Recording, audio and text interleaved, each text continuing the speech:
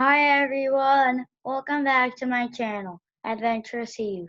Today, like I started Excel, with beginner Excel, I'm gonna start to teach you beginner chess. I'm sure you might have heard of checkers, and chess is a lot like checkers, but one reason that chess is more fun is some of the pieces in chess can move so much farther than they can in checkers. So right now, I'm using Zoom software. I'm going to share my screen and show you a simulator on chess.com that you guys can also use to figure out. So today it's just going to be the introduction. I'm going to tell you all the pieces, how they move, how they can capture other pieces. Yeah, so I'm going to share my screen. All right, you should see my screen. If you should be able to see it. So good. Alrighty. So so let's start by talking about chess. Chess is a game that was invented over like thousands of years ago. So it's a pretty old game. Not as old as checkers, but pretty old. And it is a game that is supposed to be for capturing. So you're supposed to capture your enemy pawn. It's between two people. You have, I'm trying to do the math here. Wait. You have 16 pieces on both sides. You have now I'll talk about the different pieces. So let's start with the piece that moves the least valuable piece, let's say. It's called a pawn. So now I'm going to bring a pawn up onto our board right here. So in the beginning, you would have so let me talk about the opening first. So this is what the opening would look like of a game. This is the white pieces and this is the black pieces. Well, let's go over this. So you have now you're gonna hear I'm just gonna tell you the pieces. Then I'll go into detail from both sides are the same pieces except they're different colors. So we call these files. This is file number A, B, C, and etc. So files, and this is called files, and these are called ranks. Rank number 1, 2, 3, etc. So right now, the entire rank number 2 is supposed to be pawns. Same thing and for black, rank number 7 is for pawns. Now I'm going to tell you the the pieces below the pawns and for white and above the pawns for black. So you have, this is called a rook, you have a knight, bishop, a queen, a king, another bishop, another knight, and another rook. So let's dive more into detail. Let's start, wait, let's start by the pawn. So the pawn is only allowed to go one square up. It can only, oh shoot, nope, let me do that again. It will only go, it could go up one space. It can only go up one space. Now, however, if it's on its starting base and you've not moved that pawn yet from that base, it's allowed to go 2. It's allowed to go 2. Only on that first turn. After that, you're only allowed to go 1, 1, 1, and 1. When it reaches the top, we're going to talk about this in a later video. So, wait, let me clear my chessboard. Yeah, so pawns are only allowed to go 1, 1, 1, but on their first turn. So let's say I had a couple of pawns here, let's say. Let me fill in the entire row. Okay? So now, when this goes up 2, it's not like you have to do this one. Since it's on its home row, you can move this up 2. But this pawn is only allowed to go 1, 1, and so forth. But so whenever it's on its home base, you can move it 2, even though you've already moved another pawn. So that's what the pawns. Let's move on to the knights and the bishops. So I'm going to talk to you about the knights. Let me let me clear my chest. So I'm just going to put a knight in the center of the board. So the knight kind of moves a little weirder than most of the pieces in chess. So knight, now if I click on it, you see all the different options that it has to. Now, you're probably not going to notice what all of these have in common.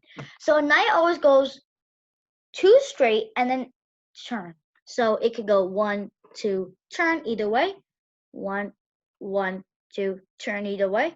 1, 2, turn either way. 1, 2, turn either way. And you should notice something common about all these shapes. They create an L shape. So knight always is gonna jump an L shape, even if it's a backwards L, a sideways L, doesn't matter. It can go this way, it can go down, it can go this way. It's just that the first two moves have to be straight, and then you can go either direction. So 1, 2, turn. So that's what the knight. It's a pretty weird way how they move. Next one, let's go to the bishop. Let me put the bishop in the center of the board. So now, bishop moves along the diagonals of the board. So the bishop it can go from here all the way up to the edge of the chessboard and all the way down the chessboard. So each team has two bishops, one dark green square. So example, this is the dark green one. If I were to put a black one on the white, it would only, so if your bishop starts on the white square, it's gonna finish the game on a white square. So that's how it works. That's a good way to remember if your chess pieces are moving correctly or not. So I'm gonna put a white back in the center. Actually, wait. Put the white back in the center. So the bishops move diagonal all along the board. So that's how the bishop moves. Now let's move on to the rooks. The rooks. Put the rook in the center. So the rooks go up, down, left, and right. And if any of you like to read maps, that would be north, south, east, and west. So the rook could go all the way up or just a little bit. It could go to the side, down. So all these different dots are the possibilities of what it could go to. It can go one or all the way, or it could stop somewhere in between. And same thing with all the other ways.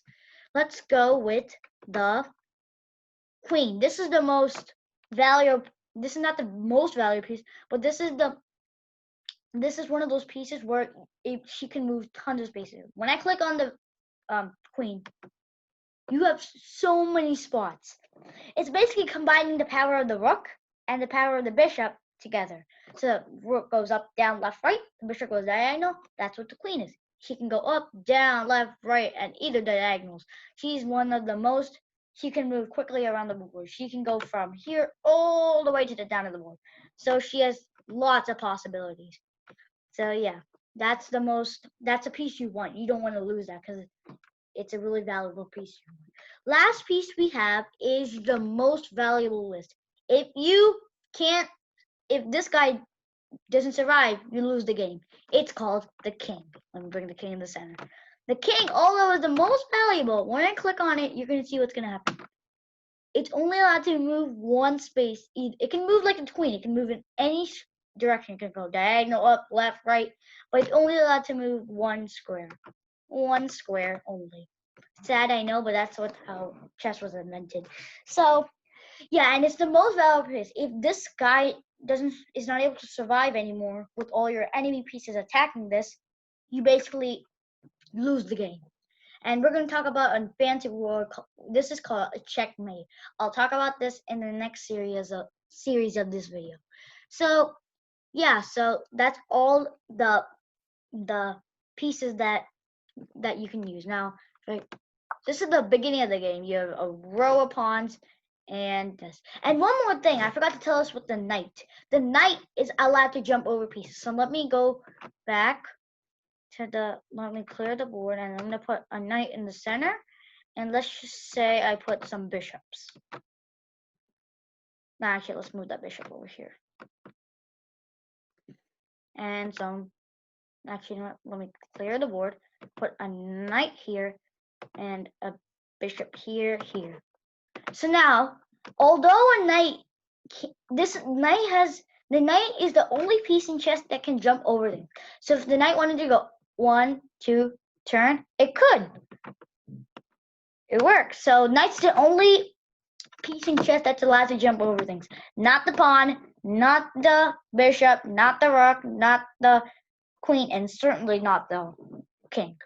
Yeah, so that's one more thing I forgot to tell you. The same pieces for black, except they're just different color and they sit on different ranks. So let me go back to the opening. So same thing, since this is on its home base, it's allowed to go 2 squares. Wait, let me go out. It's allowed to go 2 squares, as usual. Same thing with white. And you should know all the pieces. If you didn't quite understand it, keep practicing, and I know you get it. Let me stop my share.